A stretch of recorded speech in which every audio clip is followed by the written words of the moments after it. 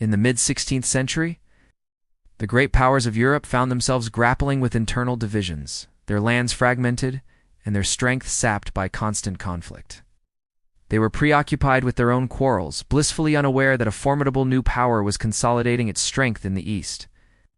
This rising force, the Ottoman Empire, was about to be led by a man whose ambition and vision would make all of Europe tremble. Suleiman. Do you ever feel that the world around you is unprepared for the challenges ahead? That chaos and division are creating an opportunity for a focused and determined will to rise? This was the stage set for one of history's most impactful leaders. The story of Suleiman is not just a tale of conquest. It is a profound lesson in how a single individual, through foresight, preparation, and sheer force of will, can take a fragmented situation and forge an empire from it, solving the fundamental problems of instability and weakness that plague so many. The seeds of this mighty empire were sown centuries earlier in the rugged lands of Anatolia. Various Turkic tribes, once scattered and disparate, began to coalesce under a series of strong leaders. They faced the constant problem of disunity, a challenge that weakens any group or organization. The solution came in the form of a visionary chieftain named Osman Bey. He understood that a shared purpose and a single respected authority were essential for survival and growth. By uniting these tribes, he laid the very foundation of what would become the Ottoman state, a power built on the principle of turning division into strength. This process of unification culminated in a world-changing event, the conquest of Constantinople. When the ancient city fell to the Ottomans, it was not merely a military victory, it was a symbolic transformation. Renamed Istanbul, it became the heart of a new empire, a beacon of its power, and a testament to its relentless ambition. This single act solved the problem of legitimacy and established the Ottomans as a dominant force on the world stage, a force that was about to find its greatest champion. Into this world of rising power and immense potential, Suleiman was born in 1494. From his earliest days, he was groomed for the immense responsibilities that lay ahead. He was not simply a prince waiting for a crown.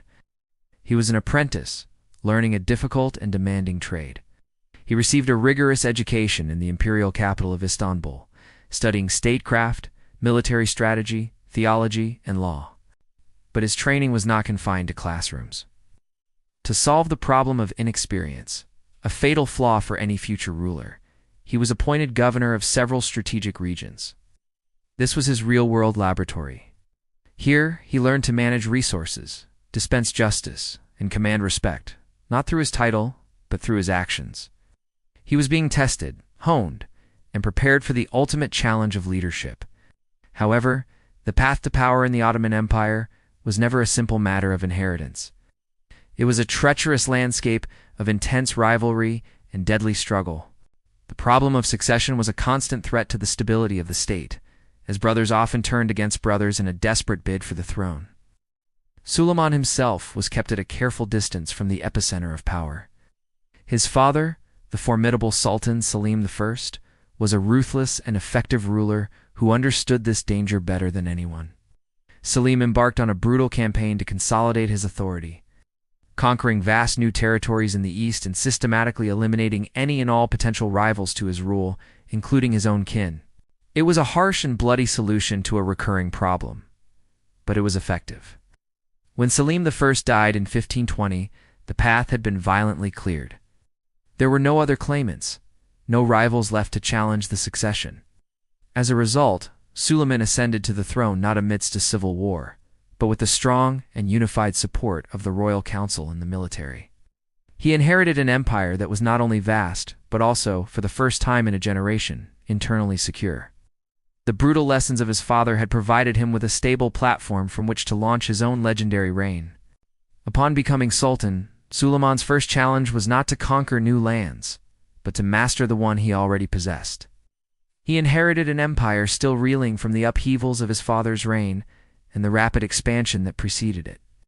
The problem was one of internal stability. A house, no matter how large, will collapse if its foundation is weak. He immediately initiated a series of critical internal reforms aimed at strengthening that foundation. He addressed the grievances of the populace by reforming the tax system, making it more equitable and less prone to corruption. He commissioned a sweeping overhaul of the legal system, creating a comprehensive code of laws that brought order and predictability to the administration of his vast domains, earning him the title the lawgiver. Critically, he secured the unwavering loyalty of the Janissaries, the elite infantry corps of the empire. By demonstrating his respect for their role and ensuring their needs were met, through these deliberate and thoughtful actions, he restored a sense of order and justice, transforming the simmering tensions within the empire into a solid bedrock of support for his rule. He solved the problem of internal chaos, preparing his state for the monumental tasks that lay ahead. With his domestic house in order, Suleiman turned his gaze outward. His ambition was not merely to maintain his empire, but to expand its influence and secure its borders against any and all threats. His first major target was the strategic fortress of Belgrade, a gateway to Central Europe that had defied his ancestors. The problem was clear. As long as Belgrade stood as a Christian bastion on the Danube, Ottoman expansion into the heart of Europe was impossible. In 1521, Suleiman marshaled the full might of his reformed army and laid siege to the city. Where others had failed, he succeeded. The fall of Belgrade sent a shockwave across the continent. It was a clear declaration of intent. This was not just a raid. It was the beginning of a systematic advance into Hungary, a campaign that would pave the way for decades of Ottoman dominance in the region. Suleiman had demonstrated his ability to solve a major strategic problem through meticulous planning and overwhelming force, setting a pattern for the conquests to come. His next objective lay in the heart of the Mediterranean, the island of Rhodes. This island was the stronghold of the Knights of St. John, a formidable order of Christian warriors who posed a persistent threat to Ottoman shipping and trade routes. Their presence was a thorn in the side of the empire, a problem that disrupted commerce and challenged Ottoman naval supremacy. In 1522, Suleiman launched a massive naval and land campaign to dislodge them. The siege was long and brutal, testing the limits of his army's endurance and his own resolve. Yet Suleiman did not waver. He demonstrated strategic perseverance, refusing to abandon the siege despite heavy casualties and immense difficulties. When the island finally fell, he showed another equally important quality: tolerance. Instead of slaughtering the defeated knights, he allowed them to depart with their arms in honor. This act of magnanimity was also a strategic calculation. It showed the world that opposing him was costly, but surrendering to him was not a death sentence. He had solved the problem of the Knights of Rhodes, not just with force, but with a wisdom that made future victories easier. The culmination of his early campaigns came 4 years later, on the plains of Hungary. The Hungarian kingdom, though proud, was internally divided and unprepared for the disciplined modern army that Suleiman had built. The problem for Hungary was a fatal underestimation of its opponent. In 1526, at the Battle of Mohacs, the two forces met. The result was one of the most decisive battles in European history. In a matter of hours, the Hungarian army was utterly annihilated, its king killed on the battlefield, and its nobility decimated. The victory was so swift and so total that it effectively erased Hungary as a major independent power for centuries. The battle was a terrifying demonstration of Ottoman military superiority and Suleiman's strategic genius.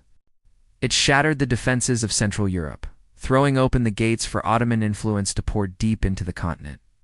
The man who had first stabilized his empire and secured its borders was now poised to make all of Europe tremble before him. He had faced the problems of succession, internal unrest, strategic barriers, foreign threats, and he had solved each one with a combination of ruthless efficiency, brilliant strategy, and profound foresight.